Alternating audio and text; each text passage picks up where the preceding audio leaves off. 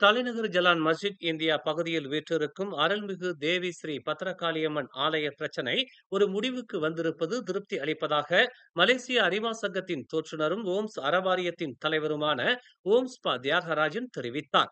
மிகவும் உணர்வு பூர்வமான இவ்விவகாரத்தை இரு தரப்பினரும் பேசி ஒரு முடிவுக்கு வந்திருப்பது வரவேற்கத்தக்கது என்பதோடு அரசு தரப்பில் அதற்கான அதிகாரப்பூர்வ கடிதம் வழங்கப்பட்டிருப்பது பாராட்டுக்குரியது என்று ஓம்ஸ்பா தியாகராஜன் கூறினார். இவ்வாலய விவகாரத்தை சர்ச்சையாக்கி தங்களின் சுய அரசியலுக்காக சிலர் குளிர்காய நினைத்தார்கள். இன்று அத்தகையவர்களுக்கு இந்த சுமூகமான தீர்வு மூலம் முடிவு கட்டப்பட்டு விட்டதாக அவர் தெரிவித்தார். 4000 சதுர அடியில் புதிய இடம் முறையாக கிடைத்திருப்பதோடு ஏற்கனவே இருந்த இடத்திலிருந்து 50 மீட்டர் தூரத்தில் அந்த இடம் அமைந்திருப்பது மகிழ்ச்சி அளிக்கிறது என்று தெரிவித்த அவர், அதோடு அந்த இடம் வசதியான இடம் என்றும் பொதுமக்கள் வந்து செல்வதற்கு ஏதுவாக இருக்கும் என்றும் ஆலய தலைவர் தம்மிடம் கூறியதாக அவர் தெரிவித்தார். இனிமேலாவது இந்த பிரச்சனைக்கு முற்றுப்புள்ளி வைத்துவிட்டு உண்மையான நிலவரத்தை உணர்ந்து சர்ச்சைகள் பரவாமல் பார்த்துக் கொள்ள வேண்டும் என்று அவர் கேட்டுக்கொண்டார். இரு தரப்பினருக்கும் எந்தவித பாதிப்பும் இல்லாமல் சுமூகமாக இந்த பிரச்சனைக்கு தீர்வு கண்டிருக்கும் அரசுக்கும் நமது பிரதமர் டத்தோஸ்ரீ அன்வாருக்கும் இவ்வேளையில் தம் நன்றியை தெரிவித்துக் கொள்வதாகவும், அதேவேளை இதற்காக பாடுபட்ட அனைத்து உள்ளங்களுக்கும் பாராட்டுகளையும் வாழ்த்துகளையும் தெரிவித்துக் கொள்வதாகவும் ஓம்ஸ்பா தியாகராஜன் கூறினார். மேலும் 1MDB பணத்தில்தான் மசூதி கட்டுவதற்கான நிலத்தை ஜேக்கல் நிறுவனம் வாங்கி இருப்பதாக பேசப்படுகிறது. அதற்கான பட்டியலும் வெளியாகி சர்ச்சையானது. இந்நிலையில் அது உண்மையாக இருக்கும் பட்சத்தில் அத்தகைய தரப்பினர் கொடுப்பதாக சொல்லும் 10 லட்சம் வெள்ளி நமக்கு தேவையா? அவர்கள் கொடுக்க முன் வந்ததற்கு நன்றி சொல்கிறோம். ஆனால் அதற்காக நம் பாரம்பரிய கோயிலுக்கு ஊழலில் விளைந்த அந்த பணம் தேவையில்லை. அந்த 10 லட்சம் வெள்ளி பணத்தை நம்மால் திரட்ட இயலாதா என ஓம்ஸ்பா தியாகராஜன் கேள்வி எழுப்பினார். இந்த விவகாரத்திற்கு அரசாங்கம்தான் முழு பொறுப்பு.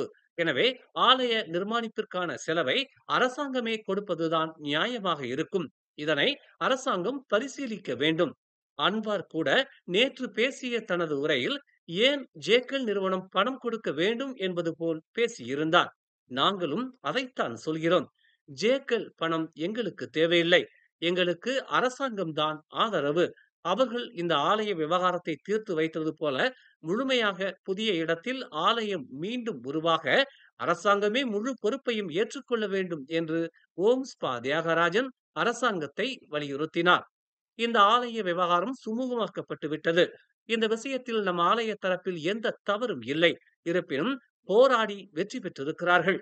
இதற்காக அரசியல் தலைவர்கள், சமூக தலைவர்கள், பொதுமக்கள் என எல்லா தரப்பினரும் ஒற்றுமையாய் குரல் கொடுத்திருக்கிறார்கள். நம் இனம் மட்டுமல்லாது மலாய்க்கார தலைவர்கள் மற்றும் பொதுமக்களில் சிலரும் குரல் கொடுத்திருக்கிறார்கள். அவர்கள் அத்தனை பேருக்கும் நன்றிகளை கூற நாம் கடமைப்பட்டுள்ளோம் என்று ஓம்ஸ்பா தியாகராஜன் தெரிவித்தார். நம் நாட்டில் இன்னும் எத்தனையோ ஆலயங்கள் முறையாக பதிவு பெறாமல் அல்லது அந்த விவரம் தெரியாமல் வழிபாட்டுக்கு பயன்படுத்தப்படுகிறது. இனியாவது சம்பந்தப்பட்ட ஆலய தரப்பினர் கொஞ்சம் விழித்தெழுந்து கோயிலை காப்பாற்ற முறையான நடவடிக்கைகளை மேற்கொள்ளுங்கள். நம் தரப்பில் எந்த தவறும் இல்லாமல் பார்த்துக் கொள்ளுங்கள் என்று ஓம்ஸ்பா தியாகராஜன் கேட்டுக்கொண்டார். மேலும் செய்திகளை தெரிந்து கொள்ள தமிழ் மலர் நாளிதழை பாருங்கள். எங்களோடு இணைந்திருக்க மலர் டிவியை பதிவு செய்து கொள்ளுங்கள். உறவுகள் மகிழ்ந்திட விருப்பம் மற்றும் பகிர்வு சேவையை சொடுக்கிடுங்கள்.